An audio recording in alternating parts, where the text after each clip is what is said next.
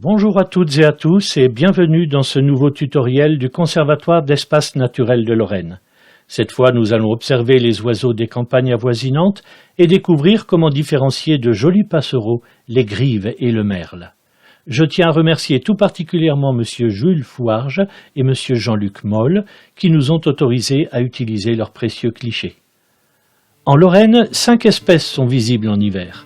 Le merle noir, bien sûr, mais aussi la grive musicienne, la grive draine, la grive litorne et la grive mauvie.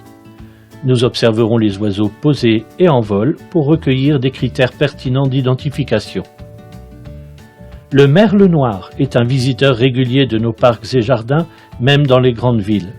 Le plumage noir du mâle, le tour de l'œil et le bec jaune l'identifient à coup sûr. On pourra aussi repérer le tic-tic-tic perçant de son cri d'alarme.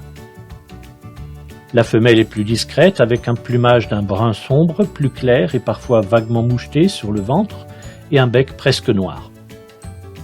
Certains pourraient confondre le merle noir avec un autre oiseau, l'étourneau sansonnet. Globalement de même taille, ce dernier s'en distingue par des mouchetures et des reflets métalliques sur les ailes et le dos. Une petite astuce pour les reconnaître, même de loin, leur façon de se déplacer. L'étourneau marche comme un corbeau, le merle sautille comme un moineau. Un autre merle peut être observé à de rares occasions dans le massif des Vosges, le merle à plastron. Le mâle arbore un éclatant plastron blanc, la femelle possède le même plumage en moins contrasté. En plaine, si vous croisez un merle taché de blanc, il s'agit à coup sûr d'un merle noir atteint d'une particularité génétique, le leucisme.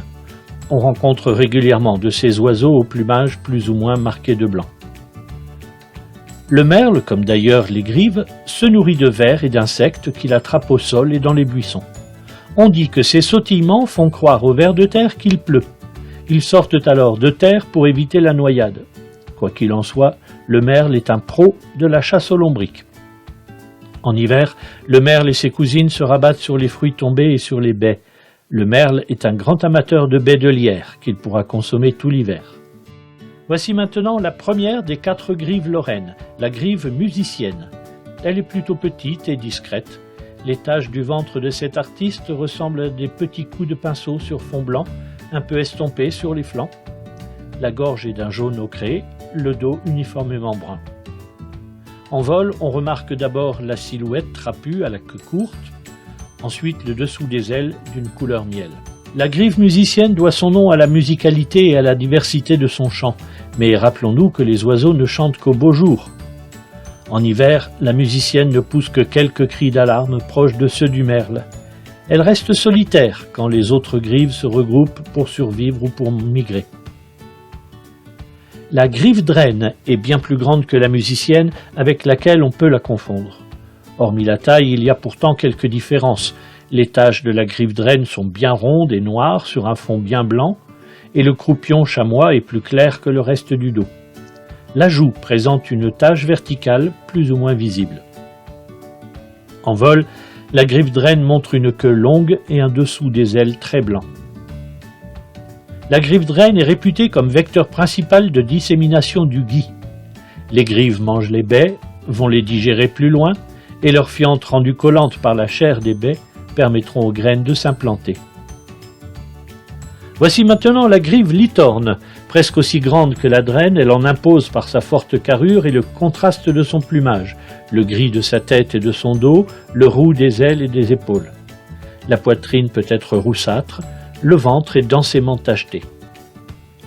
La litorne montre en vol une queue assez longue et sombre et des ailes au dessous claires, tout comme le dessous et le dessus du croupion.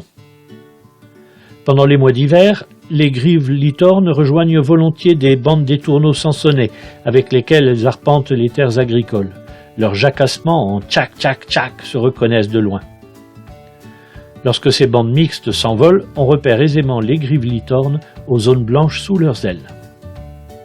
Pour terminer, permettez-moi de vous présenter le petit poucet de la famille. Son nom de grive mauvie évoque sa carrure de mauviette. Elle est reconnaissable à 2 raies blanches, l'une au-dessus de l'œil et l'autre sous la joue. Le poitrail de l'oiseau est plus rayé que tacheté et les flancs de l'oiseau semblent comme rouillés. Au vol, la grive movie exhibe ses flancs et le dessous roux de ses ailes. Sa queue est courte, sa silhouette contrastée avec le ventre clair et les ailes plus sombres. Détail important, dans nos contrées, la grive movie est une visiteuse d'hiver uniquement. Ces bandes arrivent en Lorraine en octobre pour nous quitter vers la mi-avril. Nous avons fait le tour des 5 oiseaux visés par ce diaporama. J'espère que les renseignements fournis vous permettront de reconnaître désormais à coup sûr le merle noir et les grives lorsque ces espèces se présenteront devant vos jumelles. Bonnes observations et à bientôt pour de nouvelles aventures.